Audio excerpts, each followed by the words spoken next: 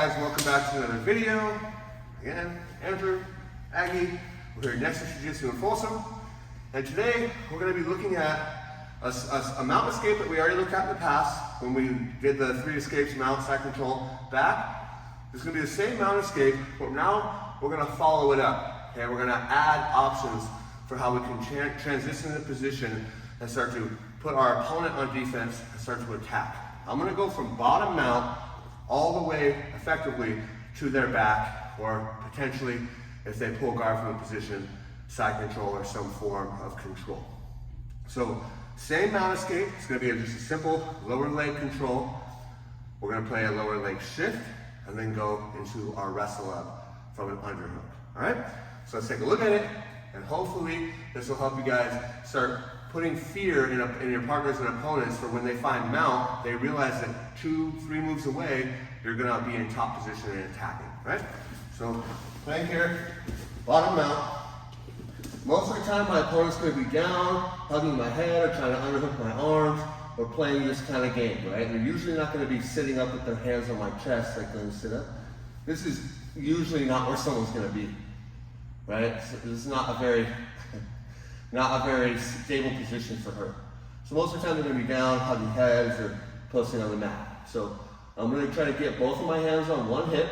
So I bring my hand through. If she's very close to me, I do a couple little bumps, get my hand through, and I overload one hip with 2 hands, stacked on each other.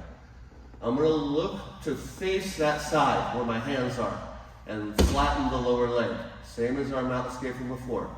I start to elevate my knee. It's gonna slide right under her ankle, and I can look to catch here. I'm gonna pinch my knees together. Don't cross your feet, don't triangle your legs. Just pinch your knees together, and as I point my knees to the ceiling, it lifts her knee off the mat. And now I can push the knee inside my guard, and this already gives me the underhook.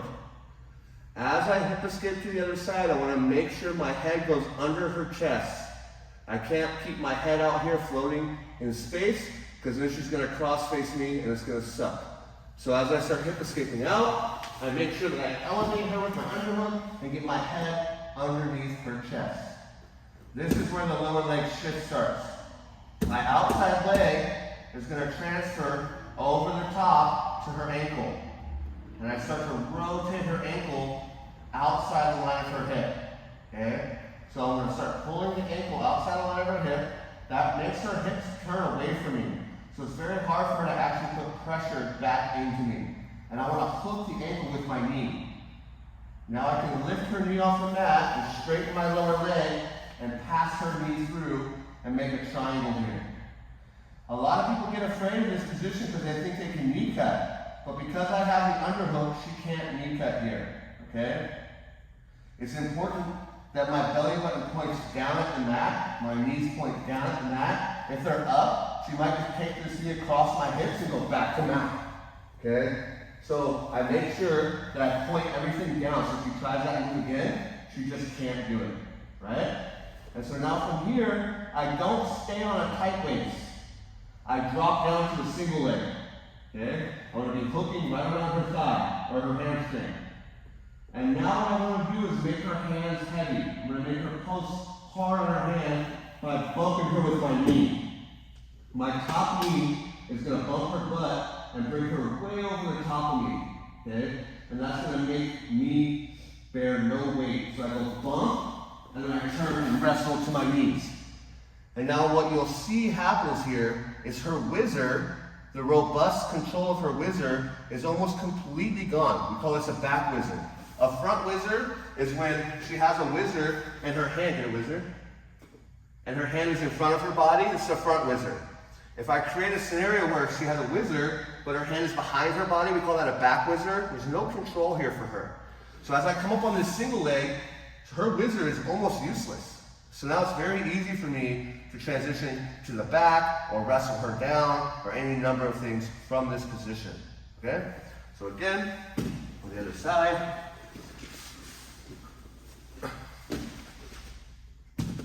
playing here, I get a couple bumps, get my hands through, turn to my side, elevate my knee, catch her ankle, start gathering her knee, making sure I own the knee line, and I already have an underhook. As I start hip escaping out, I'm going to elevate her above my head here. Look, see how my head is underneath her chest? If my head's out here in space, she's going to cross face me and smash me. Okay? So I'm going to make sure that my head goes underneath.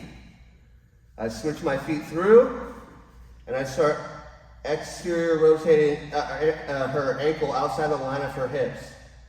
I elevate her knees so I can slide my lower leg out. We call this a lower leg shift. I triangle my legs and point my knees and belly button down at the mat. Now my hand, my underhook, my tight waist is going to go to a single leg. Okay, this is very important. If you stay on her tight waist, my arm is 90 degrees across her body.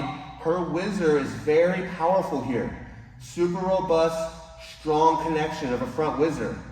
As soon as I drop my arm to the single leg, now my arm is parallel with her spine. It's going down her body. She doesn't have the same connection with the whizzer. It's just not as powerful. Okay? So now I'm going to use my top knee to bump her butt and bring her weight forward.